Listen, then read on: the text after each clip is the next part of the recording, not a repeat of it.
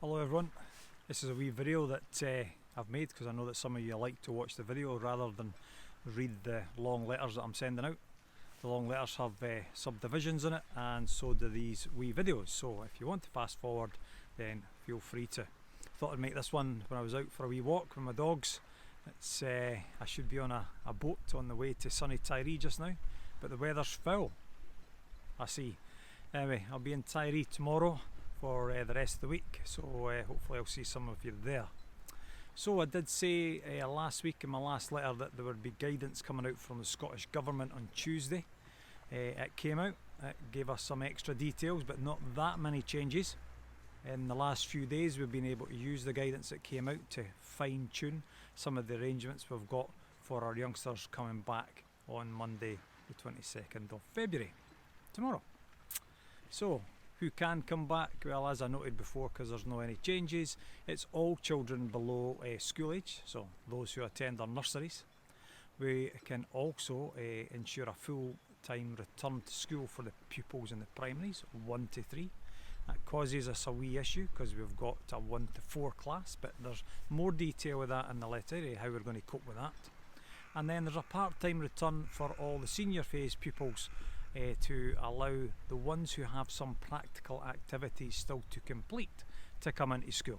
So that's not if you have a practical class you come to school, it's if we phone you and tell you you've got a practical piece of work to complete and we'd like you to come in, then you come in. However, the key thing to remember is that we'll contact you when we need your youngster in, and pupils should only attend school when you've been advised that you should come in. The pupils who do come in to the practical subjects, they're able to travel in the bus in the morning, and if they're finished their lessons in the morning they can go home on the transport at lunchtime, or we can keep them in the school and give them a laptop and they can do their online learning from a classroom if they can't get home, or if they can't get home in time to do their afternoon session. Anybody entitled to free school meals, they will receive a packed lunch in the class if they request it in the morning. The school hostel will also be open, and they'll be able to accommodate pupils for the sole purpose of accessing the practical tasks that we've set them, and if you're in any doubt of that you should contact Fran Bichard, although Fran will have already been in touch with you to arrange you coming in. The times of these practical sessions are as follows. It's S4 pupils, morning session starts at 9, continues to 12:55. The S5 and S6 pupils, they're on a different timetable and their sessions are 9 to 11:50. The afternoon sessions run from 1:10 to 3:40. So you can see that we're sticking to the normal timetable, and that allows youngsters who need to come into the school to also be able to still do their online lessons when required. The small number of hub pupils, they'll continue to be taught online in the school as normal. And if you are one of these small number of people who have secured a hub place, then there's no change for you at all. Other than if you have a practical lesson in school, you'll make your way to that lesson with the support of the staff in the school. Now, lots of you are anxious about the changes to the SQA requirements, and this is still work in progress, and we still continue to receive updated guidance. In fact, the most updated guidance only came out late on Friday afternoon, so we've got some work to do on that this week as well. The basics of what you have to remember with regard to SQA qualifications and certification is that the SQA have made it clear to the schools that the time between now and the Easter holidays, that time should be focused on delivering high quality learning, teaching the course content rather than conducting large number of assessments. And if we do that, that will allow the pupils to gain the skills and the knowledge required to achieve their full potential when the assessments are undertaken after the Easter holidays. There are some subjects which require essential practical activities which will be able to assess the progress of the pupils, and that will be done before Easter, but that's few in number, and again that individual requirement will be discussed with pupils. The main message for all our pupils is that they should continue to engage in the learning in all of their subjects, be that online or in the school for the practical activities. Attendance and engagement is vital. is the SQA requires the pupils to demonstrate their attainment in assessment this year. We're very proud of what our pupils are achieving just now, the resilience that they're showing, the determination to do well by most of them, turning up to their online classes and soon to turn up to their practical classes. If they keep doing that, they're going to pass their assessments and they'll get that certification. If they don't go online, they won't. It's as simple as that. So please encourage them to go online, and if they need any help at all, then we'll support them.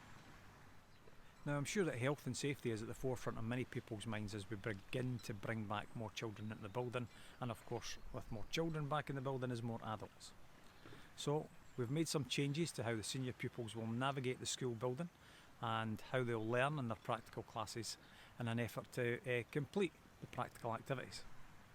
This allows us to maintain the protective bubbles which are so important in keeping our students safe so far. Now don't worry, there'll be plenty of people there to help them navigate this new change. Pupils, as always, will have to sanitise their hands on arrival as per the existing procedures, and the pupil should indicate to the designated member of staff that will be at the door if they wish to participate in the lateral flow testing. I've already attached a letter and additional information regarding the lateral flow testing, and that's really long, really detailed, fully question and answer, so I'm not going to cover it here. You will have to go onto the website and look at the head teacher's letters for that one. Right, so the next session is on P7 transition. Normally at this time of year we would have already had our P7 pupils coming along to high school to begin to familiarise themselves with the environment, the school building, the different subjects, and they would meet many of the new staff that they're likely to be taught with, or meet in extracurricular activities or whatever. We also arrange an extended transition programme through our support department for anyone who is a wee bit more concerned, a wee bit more vulnerable, a wee bit more anxious about coming to school, that big change. So Mrs. Binney will ensure that she contacts anybody that's been recommended to us by the primary schools, or if there is someone that you're really concerned about, then please let us know. You can use the contact us section of the website. They are guidance teachers and family liaison officers and myself, and we usually visit the P7 classes. This year we can't obviously do that, so I'm going to set up a online Google Meet session so that I can meet with all the P7 pupils. This is a pupil and staff only thing. We're doing something different for the parents, a bit like our Gateway evenings that we normally hold. The Gateway evenings will be published after the Easter holidays.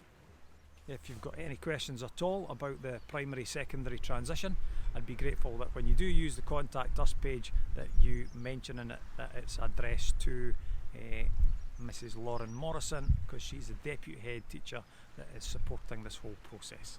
And again, if you've got any issues that you need with regard to extra support, please address the question to Mrs. Binney through the contact us section of the website. Right, to conclude, as I always do, it's on the issue of support and what we can do to help you. I'm aware that this continuing online provision for the children and the extended lockdown for many parents will remain at times a concern and definitely a stress within many households. As I've frequently repeated, if you have any IT difficulty, you have some financial hardship, or there's a need for us to support pastoral or academic care of your children, then please contact us and we'll support you in whatever way we can. As well as that open invitation, please also bear in mind my guidance around online learning. As long as our children are engaging each day, they are not falling behind in their classwork. Indeed, the lack of normal in-school distractions that we often have, moving about the building, period by period changes 7 or 8 times a day, stuff going on in the classrooms, the extra stuff that we can put on, we're now just focusing on what the youngsters need to do to progress through the curriculum. And many of the pupils are progressing through that curriculum at a very good pace. This allows us more flexibility across the day to a certain degree. Therefore, make sure you advise your children to take time away from their screens at every opportunity, and ideally, if you can, spend some time together, going for a walk, chatting, reading, do whatever it is that helps you as a family relieve any stresses that's going on in the house. Spending family time or spending time with family and friends in a way in which is allowed can only help with when it's necessary to get back behind the screens and crack on with some work and the school work for the kids. So please remember, contact your child's guidance teacher or use the contact us link, and when using the links please remember to include your child's full name and their class and the year they're in the content of your email, and that will help the office staff make sure that your message, your support need gets to the right person as quickly as possible. I hope you have a lovely week ahead. The sun's back out as I mentioned, and hopefully it will stay out and we'll have a great week. Alright, thanks very much, see you all later.